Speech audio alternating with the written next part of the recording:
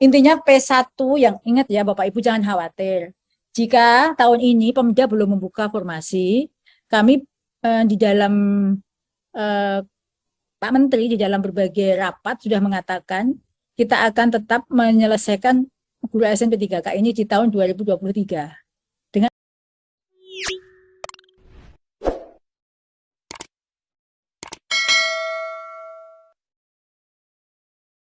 Oke, untuk mempersingkat waktu, silakan saya buka untuk sesi tanya jawab, mungkin 3 cukup ya, agar memahami apa yang akan disampaikan ke Prof. Oke, Ibu Sri Atun, silakan. Sekarang saya persilakan Ibu Sri Atun.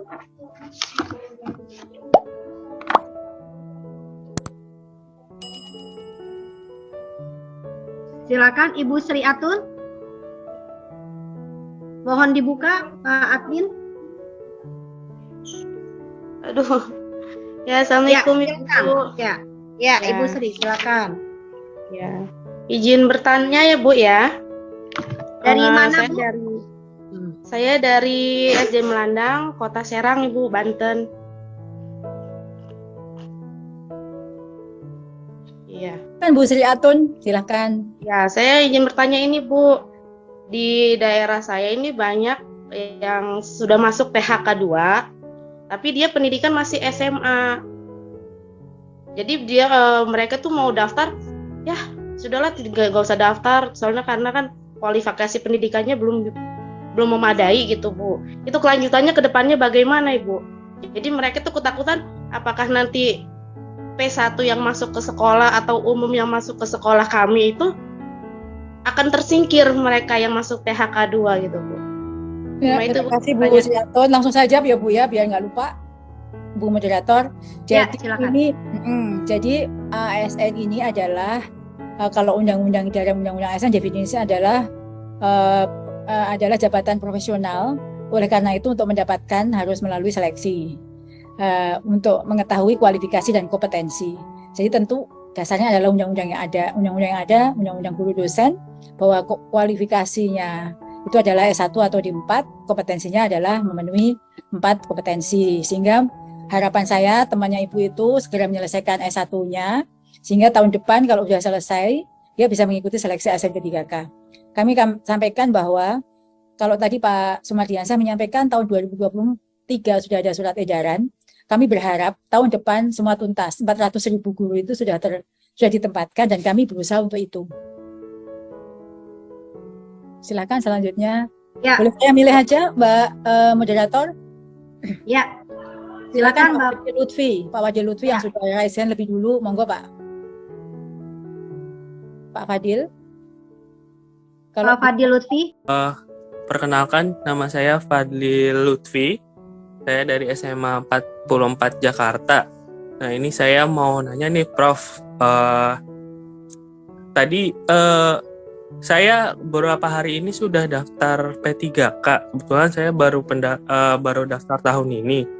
Nah, tetapi di tahap kedua ada bacaan kalau NIK saya itu tidak terbaca atau tidak tercatat di Kemendikbud. Nah, kemarin sih sudah saya ke Dukcapil, tetapi statusnya aktif. Nah, jadi apakah saya bisa mendaftar P3K dan apakah ada perpanjangan waktu untuk mendaftarannya? Karena di tanggal 13 November ini kan berakhir ya, Prof. Seperti itu. Baik, langsung saya jawab. Jadi kalau belum terdata di Dapodik, kalau belum terdata di dalam sistem, silakan aktivasi di Dapodik terlebih dahulu.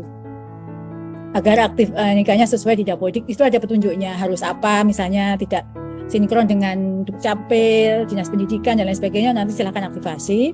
Baru bisa, jika sudah selesai aktivasi, bisa langsung mendaftar.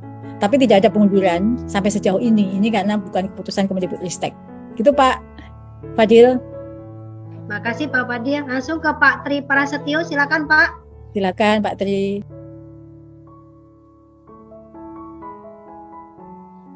Pak Tri Prasetyo, silakan Pak.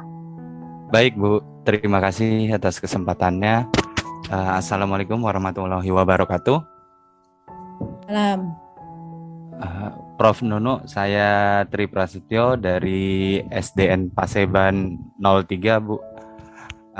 Izin bertanya, Bu.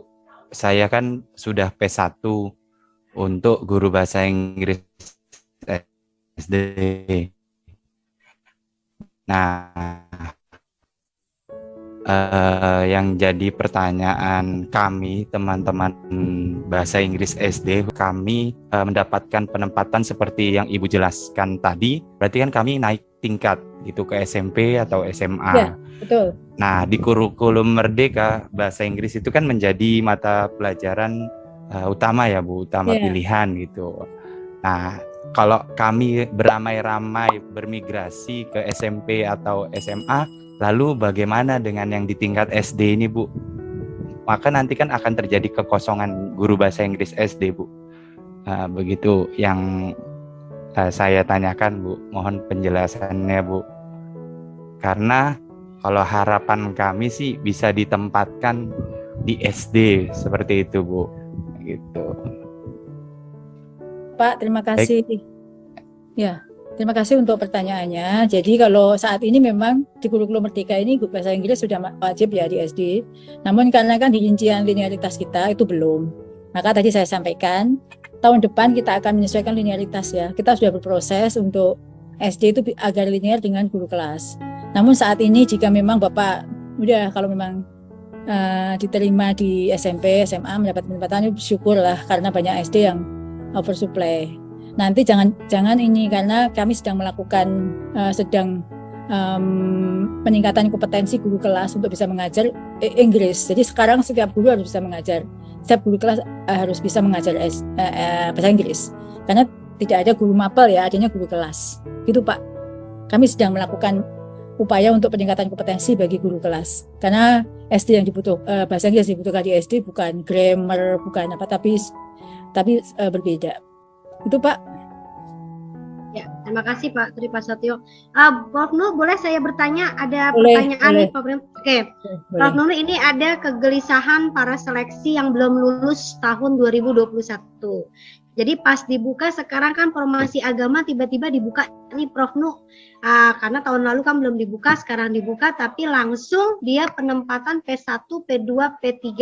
Nah, yang menjadi kegelisahan berarti mereka yang belum lulus itu apakah masih bisa mendaftar atau bagaimana Prof? Karena mungkin ada kecemburuan P1, P2, P3 yang agama baru saat ini buka tanpa ada tes.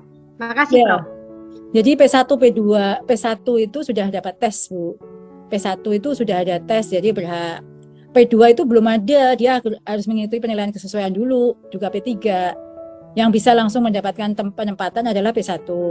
Lalu apakah nanti jika guru agama Islam itu akan mendapatkan formasi, jika masih tersedia formasi di daerah itu, yang bersangkutan bisa melamar.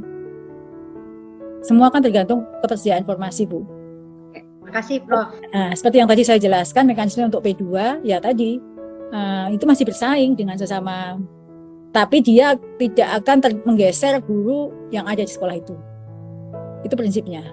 Ya, makasih, Prof. Terima kasih kembali. Bu Iza, silakan. Silakan Ibu. Bu Iza Nurhiyati, silakan. Langsung Bu Iza, masih mute.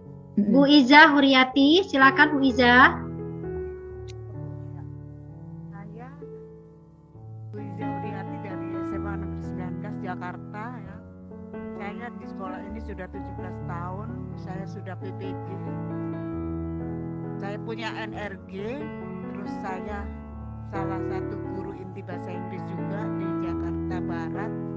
Nah, terus ini sampai dengan jenis seleksi ini sudah mentok, saya nggak bisa terus yang di SSCN ini sampai jenis seleksi, belum sampai masuk halaman formasi. Itu kenapa ya Bu? Ya Bu, jadi memang yang paling banyak oversupply itu bahasa Inggris dan PKWU ya. Iya.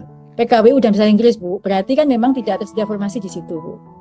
Tapi saya sedang mengajar ini 30 ya, masih di sini. Ya berarti Ibu mengajar terus. Ya, berarti saya itu di SACN kan dia masuk prioritas 3 gitu loh. Tapi saya sudah 17 tahun di sini, saya punya NRG dan sudah PPG. Tuh. Jadi memang seleksi sekarang ini seperti yang tadi ya Bu ya, prioritas PPG dan lain sebagainya itu sudah ada. Itu di P1 itu sudah ada ya. Waktu itu dia sudah mendapatkan afirmasi 100% sehingga bisa lulus. Lalu saat ini pun jika masih ada sama-sama guru di Jakarta ini yang bahasa Inggris itu dimulai dari, meskipun Ibu punya PPG ya, itu sudah saya jelaskan tadi, dimulai dari 1 guru di sekolah THK 2, guru di sekolah negeri, lalu PPG-nya PPG yang ini Bu, PPG yang baru itu prioritas ketiga lulusan PPG. Jadi Ibu masuk ke dalam kelompok 2. Jika memang Ibu sudah P1 belum? Saya di SNCN itu masuk prioritas 3 tertulisnya. Ya, berarti memang prioritas 3 itu ada P1 Bu. Dan mungkin di sekolah Ibu itu ada formasi, tapi ada guru bahasa Inggris yang lain. Intinya seperti itu Bu. Ya, berarti Ibu belum masuk P1 sehingga masuknya guru sekolah negeri yang mengajar lebih dari 3 tahun. Jika tidak bisa melanjutkan pendaftaran, berarti memang formasi di situ sudah penuh, gitu Bu. Nggak bisa daftar lagi ya. Silakan. Monggo Bu. Oke. Sedikit lagi. Oke, Bu, Prof. Nunu, saya mau nanya satu lagi. Berarti kalau seandainya sekarang P1 itu misalnya dia sudah tertutup formasi atau sudah penuh, tahun depan apakah tetap dibuka lagi, dia tetap memakai P1? Ya, intinya P1 yang ingat ya Bapak Ibu, jangan khawatir. Jika tahun ini Pemda belum membuka formasi, kami di dalam Pak Menteri di dalam berbagai rapat sudah mengatakan kita akan tetap menyelesaikan guru ASN P3K ini di tahun 2023 dengan mekanisme yang sedikit berbeda. Kita sedang upayakan supaya tidak ada tarik ulur dengan Pemda. Dan bagi Bapak Ibu yang sudah lolos mempunyai label P1 tetap melekat sampai nanti, meskipun sudah mencoba turun prioritas gagal, P1-nya tetap melekat ke Bapak Ibu, jangan khawatir. Meskipun Bapak Ibu sudah tidak punya satuan pendidikan karena diberhentikan, di database kami Bapak Ibu adalah P1 yang mendapatkan prioritas 1. Oke, terima kasih Prof. Nunu untuk kesediaannya hari ini untuk memberikan sosialisasi terkait sosialisasi P3K tahun 2023. Mudah-mudahan Bapak Ibu yang hari ini sudah memberikan pertanyaan terjawab, dan selebihnya nanti bisa di-chat kepada kami di APKS PGRI Jakarta. Terima kasih Prof. Nunu. Ya, sama-sama. Terima kasih Bunda, terima kasih semuanya. Iya, makasih Prof.